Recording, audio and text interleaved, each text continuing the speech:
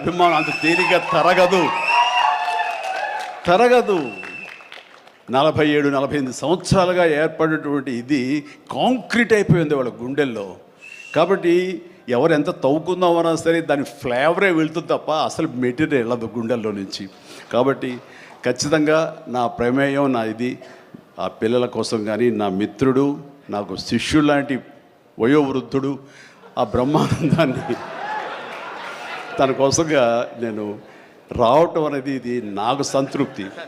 Child ఆర్టిస్ట్గా ఎవరి అబ్బాయి చైల్డ్ ఆర్టిస్ట్గా ఇస్తానన్నాడు. అవును. నేను కుర్రోడు వచ్చి డిస్టర్బ్ చేయొద్దు ప్లీజ్. మాట్లాడు, సీరియస్గా మాట్లాడుతాను. ఏమంటే ఈ చంటబ్బాయి షూటింగ్ జరుగుతుండగా మనందరం బ్రహ్మానందం ఈ సినిమా గురించి మాట్లాడుకోవాలి. కానీ ఇక్కడ ఉన్న ఆత్మీయత, ఆప్యాయత, ఈ ఆత్మీయులు చూస్తుంటే కనుక గతం గుర్తుకొస్తుంది, చెప్పకుండా ఉండలేకపోతున్నాను. అండ్ చంటబ్బాయి షూటింగ్ జరుగుతుండగా నేను ఇందాక చెప్పాడు కదా, అట్లా